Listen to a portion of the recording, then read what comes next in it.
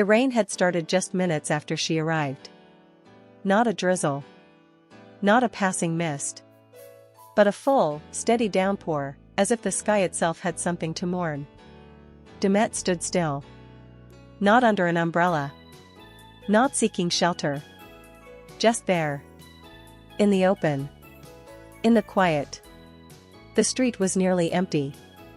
It was one of those tucked-away places in Istanbul, the kind only locals knew, a corner bench near the Bosphorus where the wind whispered secrets and the city seemed to forget itself.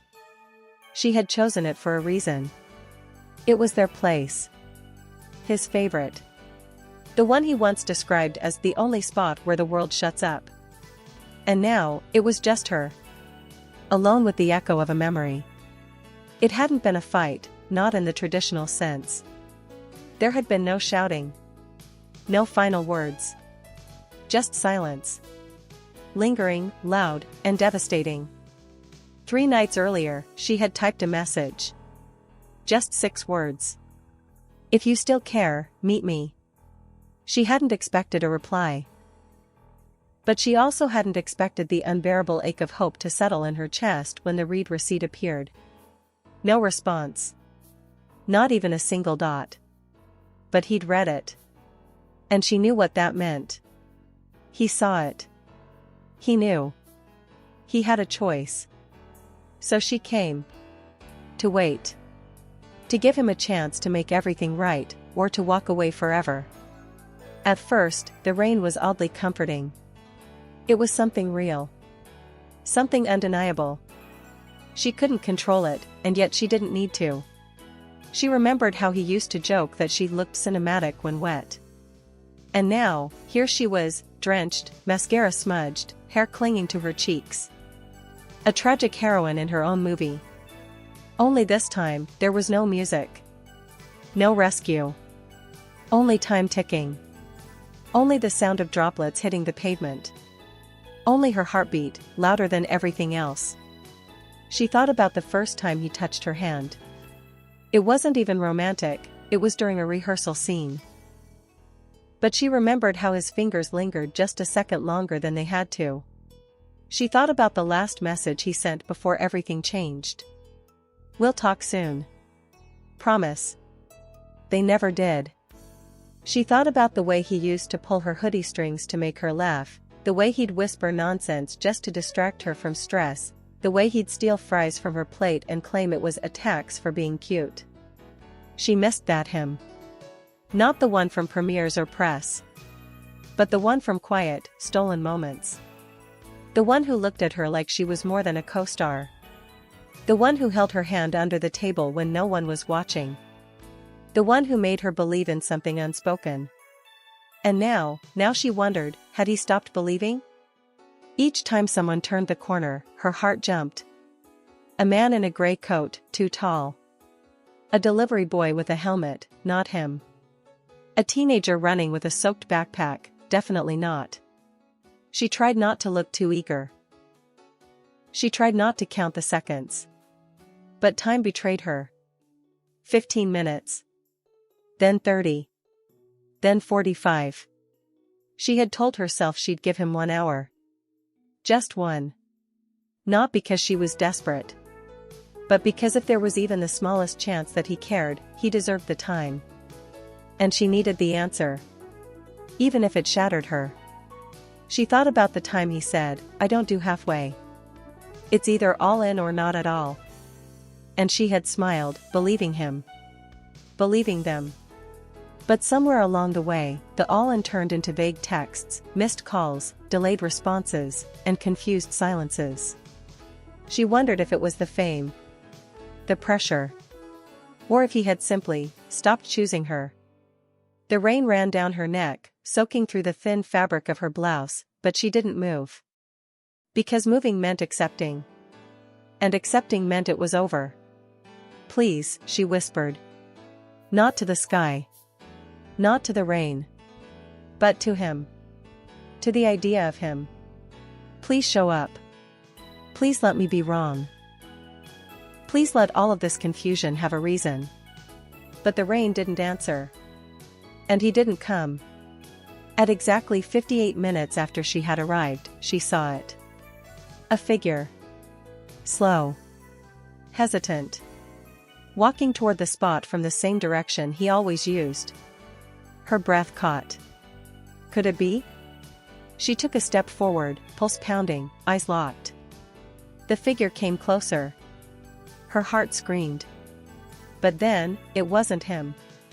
Just a man with a similar coat and the same tired expression of someone trying to get home fast. He passed her without a glance. She looked down at her phone. 1 hour. Her time was up. She wiped the water from her face, unsure if it was tears or just rain. Probably both. Still, she didn't leave.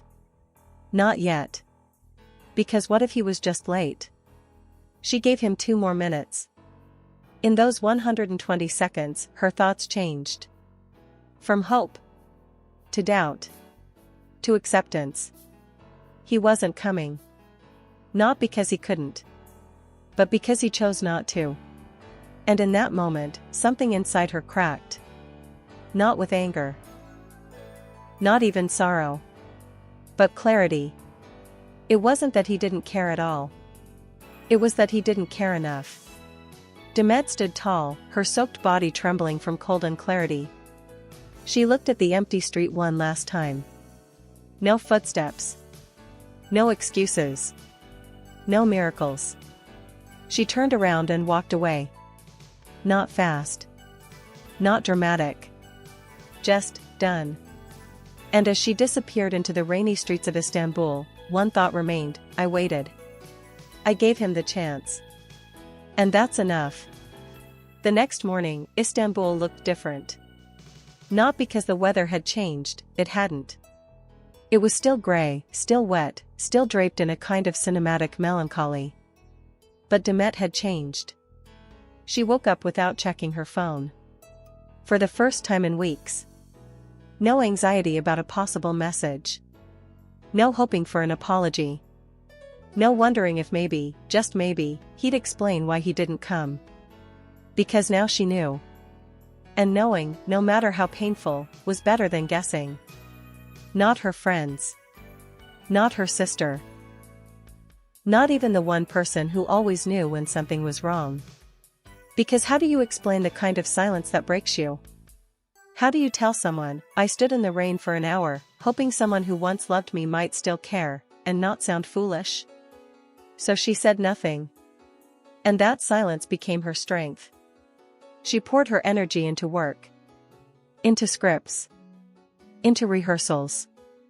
But when the lights turned off and she was alone in her dressing room, her mind wandered. Back to the raindrops. Back to that empty street. Back to him. Not a sorry. Not I forgot. Not even a lie. And somehow, that hurt more than if he had texted something cruel. Because it meant she wasn't even worth a fake excuse. It meant he had moved on so completely that he didn't even feel guilty. But Demet wasn't angry. She wasn't even bitter. She was tired. Tired of wondering. Tired of overanalyzing. Tired of being the one who cared more. The rain faded. Summer crept back in. People returned to beaches and rooftops. Smiles became easier again, for everyone but her. Because healing is slow.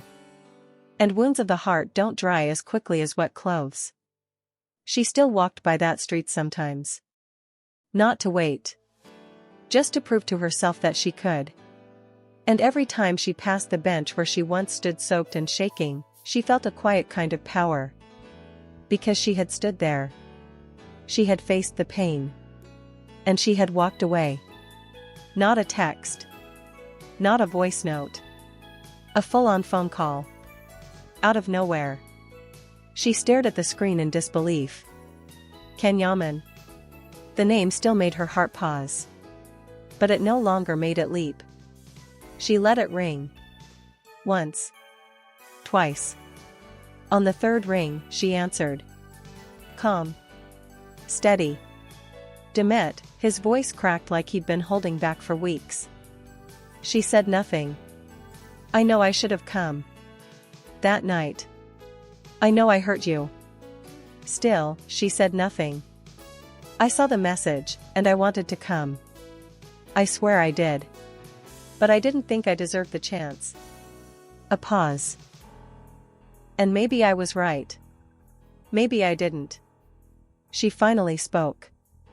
You weren't supposed to be perfect. You were just supposed to show up. Silence. I wasn't asking for everything. Just honesty. Presence. Respect. More silence. And when you didn't come, you gave me the answer I was too scared to say out loud. He exhaled softly. A sound filled with regret. I miss you, he whispered. She closed her eyes. I missed you too. For a long time. Another pause. But I don't anymore. That night, she didn't cry. She didn't replay the call 100 times. She didn't wait for another message. She simply put her phone down, walked to her window, and looked out at the city that had seen it all. And she felt light. Not because he had apologized.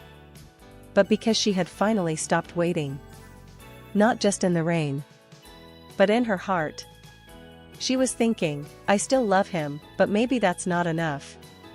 She was thinking, I came here for closure, even if he never gives it to me. She was thinking, this moment will hurt, but it won't define me. She was thinking, if he doesn't come, I'll still leave with my dignity. And she did. Because love, real love, is not about grand gestures or perfect timing. It's about showing up. Even when it's inconvenient. Even when it's raining. He didn't show up. But she did. For herself. And in that moment, she won.